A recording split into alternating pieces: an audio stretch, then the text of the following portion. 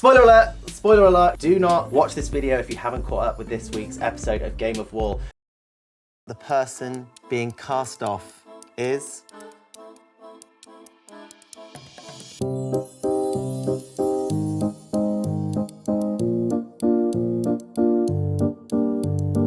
Hello and welcome back to Game of Wool, the cast-off, here from our lovely haberdashery of dreams.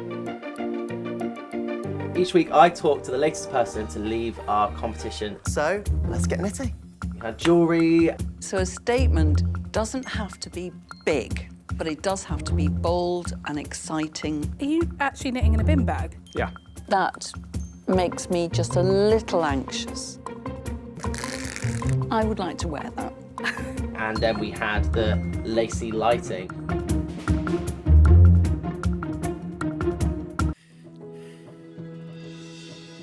You've got this.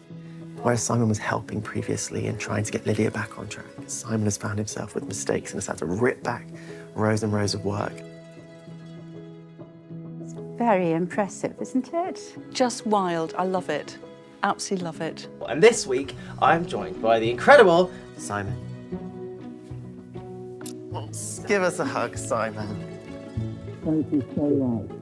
You've done so much good Big for the hug, world Simon. of knitting. Thank you. Oh, it's so nice to have you back. It feels like it's been, you know, it's not been that long since you've actually left the competition. But at the same time, it was so cool to see you break down so many stereotypes for knitters. But before we get on to that, where do you think for you it started to unravel, looking back at it?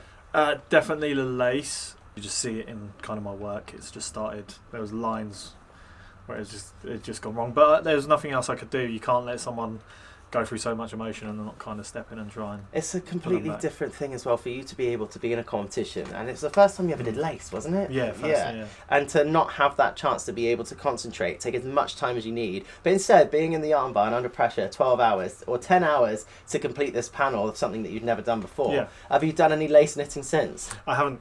I can imagine. Have you cast anything onto your needles since? I have. I knitted a little jumper for my nephew. And was there steeking involved? There was, yeah. Yeah, first time steeking. Okay. So I wanted all the horizontal lines to match up, and also the sleeves as well. I wanted the horizontal lines on the sleeves to be the same width as the ones in the jumper. Okay. So I decided to knit them both as one panel, and then steek the sleeves, so it ended up being two separate sleeves. How was that steeking? It was terrifying. Okay. Not as terrifying as it is if you mention it to Gordon, I'm sure. No, Gordon. I think Gordon still has steeking lines. So tell me some of the things that you were most proud of from the competition, some of the things that you made. The highlight for me personally was the fry up. Yes, I really enjoyed that. I enjoyed just the process of it and just the look of it, like the visual look of it as well. Yeah. It was really nice. That was one of the weeks where it was so close to a chic badge. It was, and I know it's probably horrible to hear that now, but it was very, very close. Holger. And speaking of Holger, you had quite the bromance, didn't you? And we still have.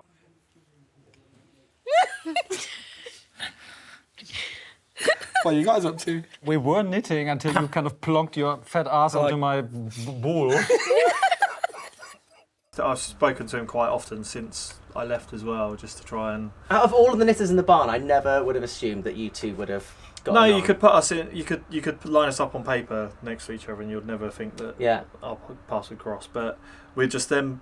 I think it's just we're so different from each other that we just complement each other really well. Done. Good effort, team. I mean, that's kind of the beauty of knitting, and I think what this competition has shown is that knitting is for anyone and everyone. Well, I mean, you've broken down so many stereotypes of what a knitter is. Like, you know, you're not an old lady, that's for sure.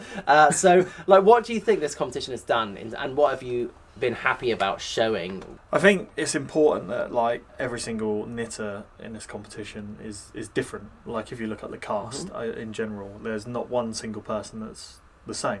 It just shows that everyone can do it, but just crafting in general, you can just, if you want to, it doesn't matter what background you come from, you can just go out there and do it if you like, and the important thing is to go out there and give it a try. Yeah. I mean, and you were also quite new to crochet coming into this as well, weren't you? Very, very new. Yeah. So how long before the competition did you start learning how to refine your crochet skills?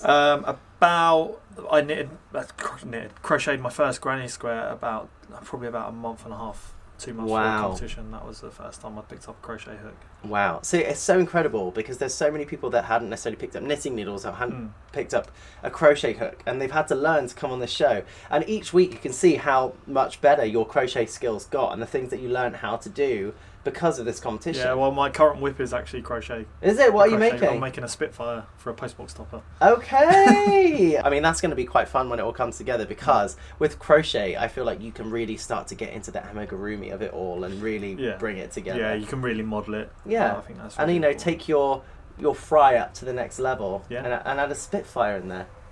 You know, why not? You got a bit of airplane food. Quick fire. Yeah, fire. exactly. We love that.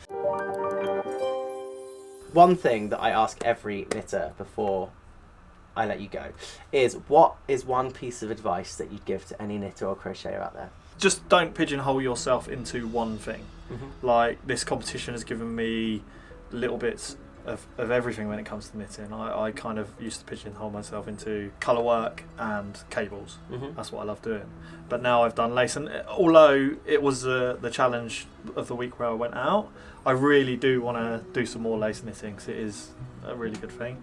And crochet too as well. Like, just try everything. Yeah, I hope this kind of gets everyone to do both as well. Yeah, not just knitting and not precisely. just crochet. It isn't like it seems out there like it feels like, especially in social media, like it's one thing or the other. There's very few people that do both, and very few people that show that. So just do everything. Don't pigeonhole yourself into one thing, 'cause you never know what's out there. Thank you very much, Simon. That's another episode of Game of War, the cast off with lovely Simon. And next week I'll speak to the next person that is cast off from the Game of War. And if you haven't caught up yet, you can catch it all on Channel 4.